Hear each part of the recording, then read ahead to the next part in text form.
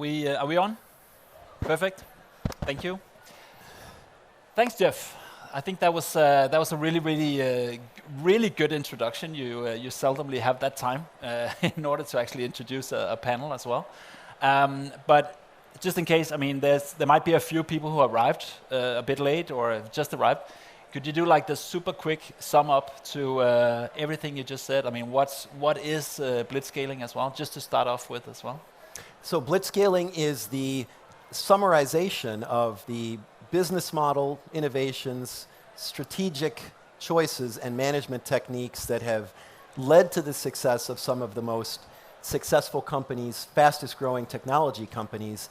And the short definition is it's the prioritization of speed over efficiency, even in the face of uncertainty.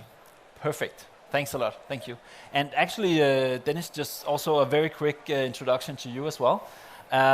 Beside from Valuer being a company that actually works with the theme that we're talking about here, I guess you also run a company basically trying to use that framework to scale your own business, right? Can you tell us a little bit about that? Yeah, absolutely. So we have been going for it for roughly 2.5 years now in Valuer, and we have seen incredible growth so far. And I think many of the things that the Blitzscaling framework kind of highlights is stuff that is kind of hidden in, inside many things normally as you work as an entrepreneur. So, I mean, we have been touching on some of the things that is relevant in Blitzscaling. However, we have not come near, to actually consider ourselves as a Blitzscaling company. So that's not what I want you guys to think about Valuer, that we are a Blitzscaling company, because we are certainly not yet a Blitzscaling company, but. And can you just briefly explain what is it that Valuer does as well? Yeah, sure. So we have created the intersection in between corporations looking for innovation and startups in possession of innovation. So historically, finding those synergies there has been really, really hard for the corporations as well as for the startups. So we have kind of made a technology that accomplishes that. Okay, fantastic. And thank you, by the way, for inviting me as well. My own background is from the tech world as well, from the startup world primarily.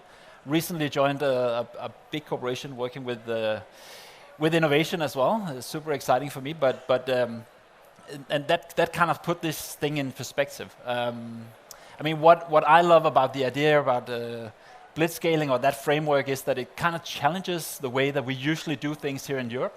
We're used to building things properly from the beginning and making sure we do things correctly. And I like that this way of thinking speed as kind of a way to handle this uncertainty is super interesting, actually, I think.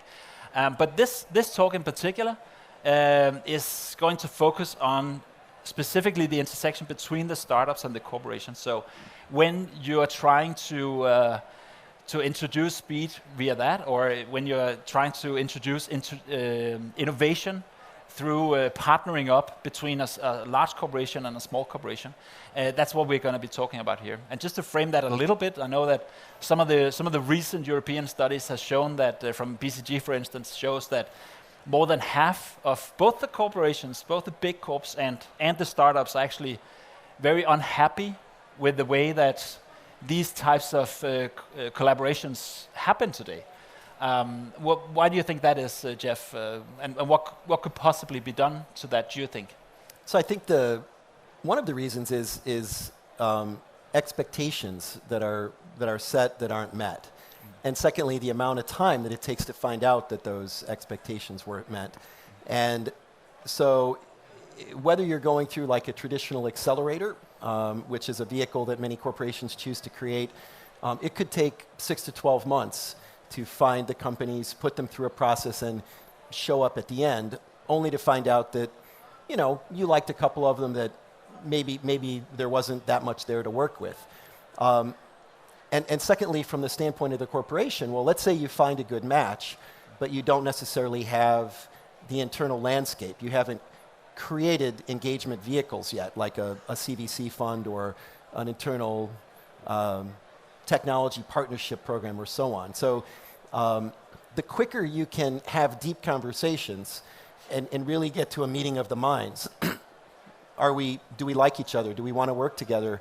Do we have the same expectations? And if you can do that without taking a lot of people's time and taking their eye off the ball, imagine you could do that and do it in a quarter of the time, then there would be much less an opportunity for this disappointment. Okay, so what you're saying here as well is that like with the Blitzscaling, so speed is a factor here, or lack of, basically, it could be. So let me ask you, Dennis, what in your mind, what could you do to ramp that up? How can you speed up that process? Do you think? What's in? Yeah. So I think that. What do you think is? I think there are two ways of kind of answering that question. The one way would be to think about it philosophically, right?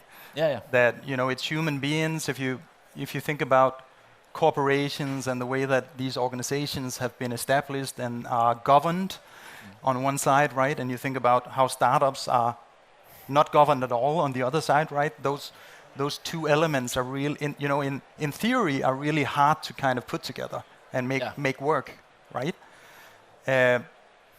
But if we look at the more constructed side of answering that question, and you think about corporations, right? You need to work with the top management, like all the way from the board, and then have the management almost like establish the mindset throughout the entire organization, being the large company, right? So that the employees in these organizations actually are incentivized and are motivated through deploying speed in what they do, right? So that's not a normal thing today, right? So that's one way of looking at it, that it's a mindset, right? And I think in what we do at Valuer and in what we do together with Jeff at Global Scaling Academy is really to try and inject tools and inject technologies into this mix, into this intersection that allows both parties to become much faster at what they're doing and essentially to use each other's strengths to become faster, right? So you have a corporate. What does a corporate have? A corporate has large distribution, right? Lots of customers, loads of resources, right? So if you look at blitzscaling, they actually in possession of many of the blitzscalability characteristics already, right? So on the other hand, you have the startups, right? And the startups have knowledge about how do you embed product virality and how do you embed network effects and how do you embed all of these important things in order to make new technology scale maybe in a different way that the corporates have normally been scaling their businesses, right? So I think, again, pairing those synergies and finding those synergies and essentially being able to analyze those and assess those from the very beginning will save big companies and startups a ton of time, actually.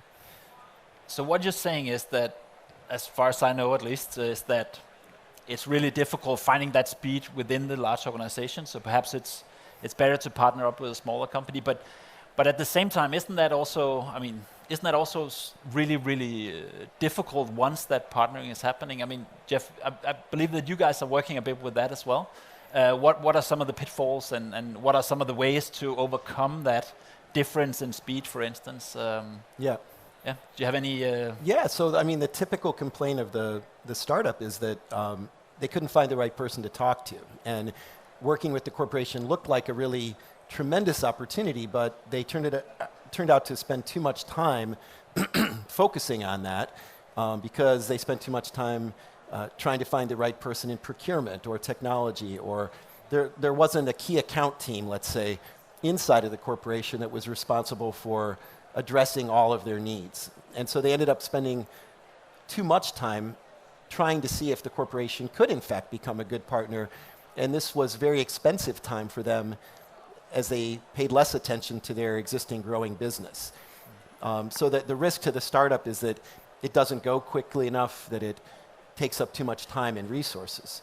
The risk to the corporate is being outpaced by the competition.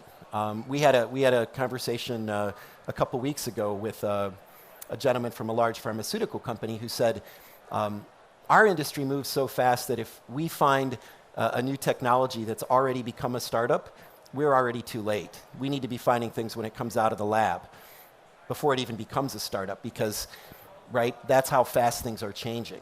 And so, you may think it costs nothing if you're the corporation that you looked at a bunch of partners and a couple years went by and you didn't execute anything, but as Blitzscaling would suggest, you don't know where your next competitor is coming from, and your entire industry may be disrupted in the next 10 years.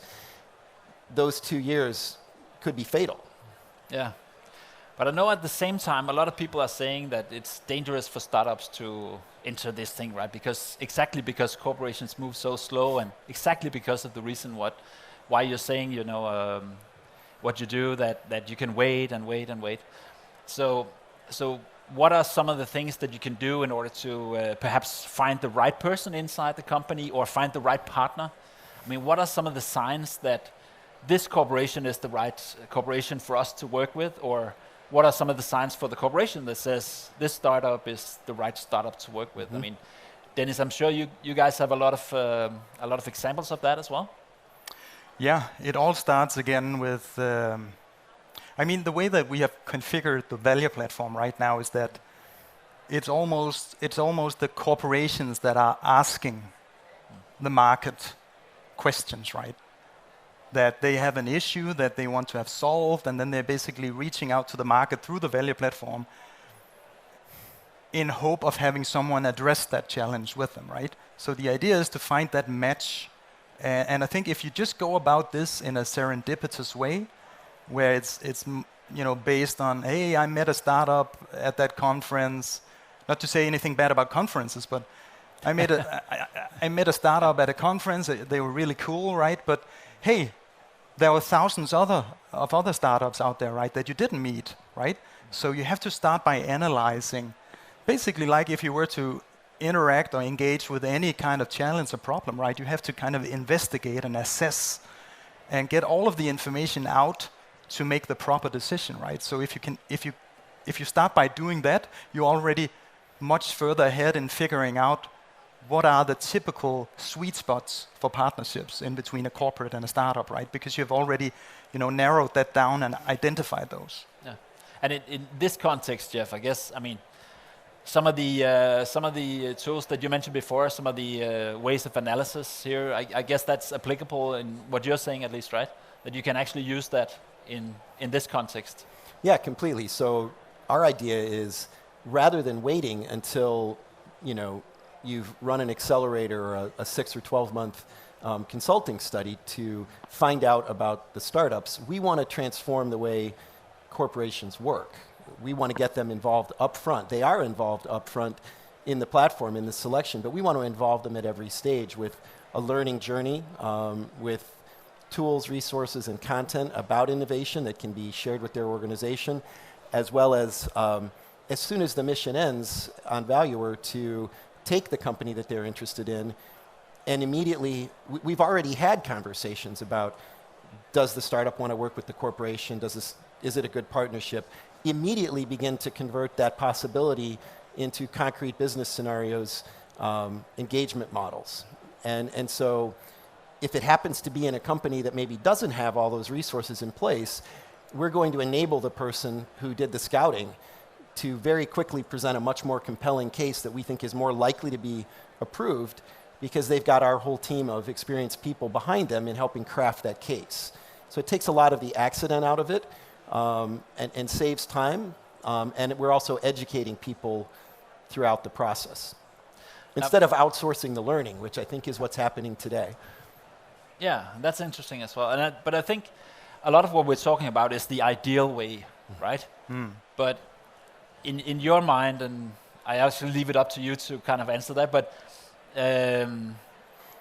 are big corporations today actually ready for this? And also, I mean, the speed that these small companies are bringing, and are they ready to do that today? What do you think?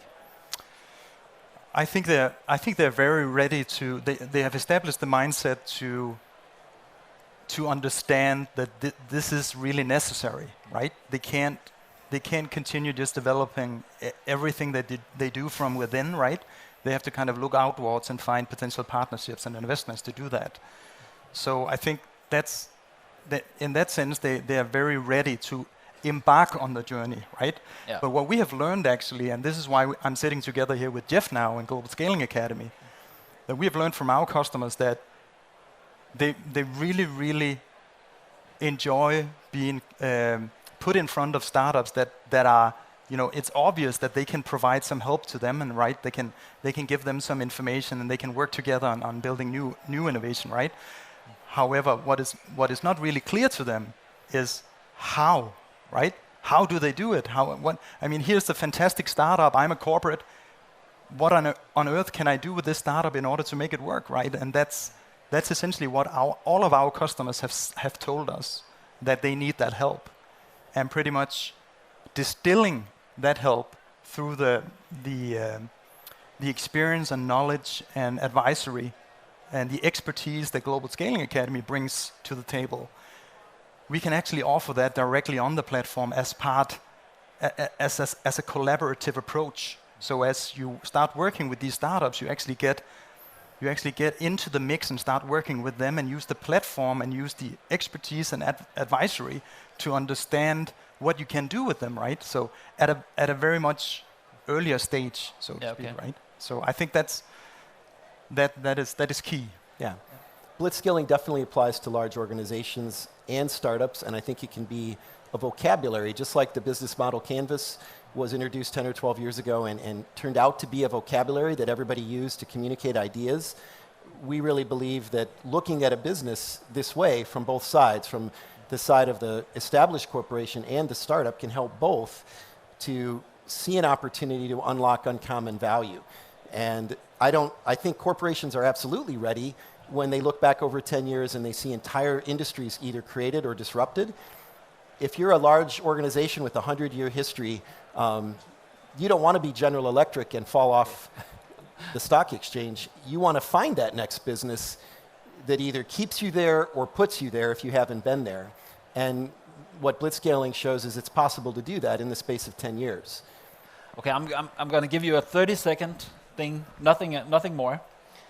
But okay, so actually now we're talking about this blitzscaling concept, right? And it's about startup and moving really fast. But if you are a startup that's heavily into blitzscaling, is it the right move to go and have a corporate collaboration? Jeff, what do you say?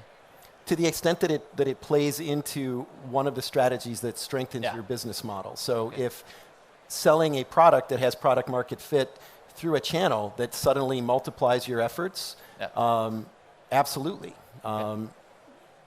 Cool. Thanks a lot. Thanks, Eddie. Thank you. Woo! Awesome job. Thanks, guys. Michael's very lucky that I used to